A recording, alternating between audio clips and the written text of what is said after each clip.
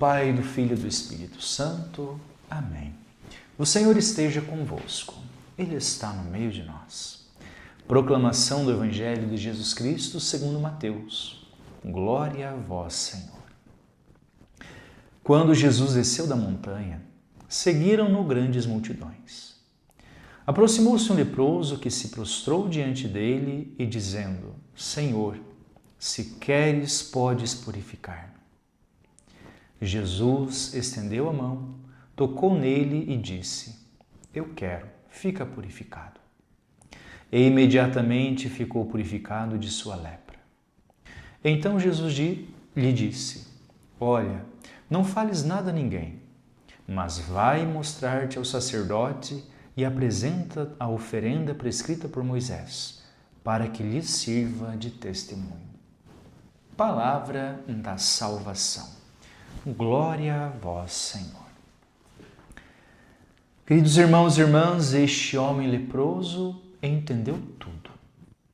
Entendeu que para ser curado é preciso ir ao encontro daquele que tem poder para curar. E aqui eu quero fazer uma ligação entre a lepra, que é uma dor física, uma doença física, e o pecado, que é uma doença espiritual da alma. As duas enfermidades, a lepra e o pecado, elas têm algo em comum. Elas nos levam ao isolamento. Este isolamento que nos faz ir definhando e morrer sozinhos. Quem tinha lepra era expulso da comunidade. Tinha que ir para um lugar onde ficavam os leprosos e ali morrer. Não podia se aproximar dos filhos, não podia se aproximar da esposa, não podia se aproximar dos pais. Simplesmente era uma pessoa excluída. Era jogada fora para ali definhar e morrer sozinha. O pecado, ele faz a mesma coisa conosco. Ele nos afasta, ele nos isola. Quer exemplo? Adão, no livro do Gênesis, estava vivendo na intimidade com Deus. Quando pecou, se escondeu, se isolou, fugiu. Outro exemplo, Judas. Estava vivendo na intimidade com Jesus, mas quando foi atingido e ferido e convencido pelo pecado, ele fugiu. E ao fugir, ao se isolar, ele se encontra com o definhamento da sua alma e se encontra com a morte na forca. O pecado, queridos irmãos e irmãs, faz isso. Ele, assim como a lepra, ele vai nos roubando da comunidade e vai nos definhando até o momento que nos mata. Mas, para que isso possa ser curado, é preciso vencer o isolamento.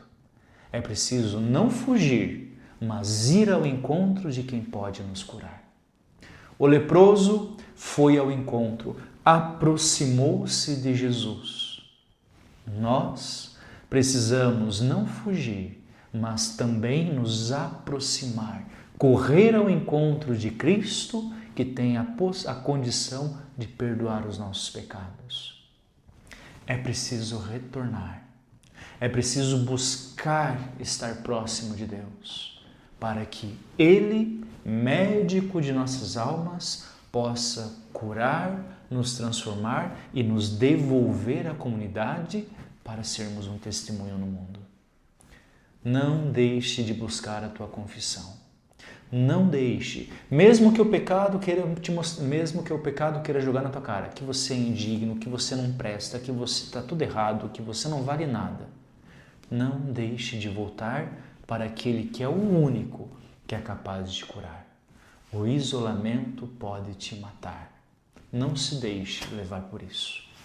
E para terminar, alguns estudiosos dizem que o maior pecado de Judas nem tanto foi a traição, mas o maior pecado de Judas foi o não conseguir acreditar que Jesus o perdoaria se ele voltasse para o Senhor. Todos erramos, todos caímos. Mas que o pecado não nos destrua, não nos faça fugir, mas como filho pródigo, como leproso, possamos retornar aos braços daquele que nos cura. O Senhor esteja convosco, Ele está no meio de nós. Desça sobre você, sobre seu dia, a bênção do Deus Todo-Poderoso. Em nome do Pai, do Filho e do Espírito Santo. Amém.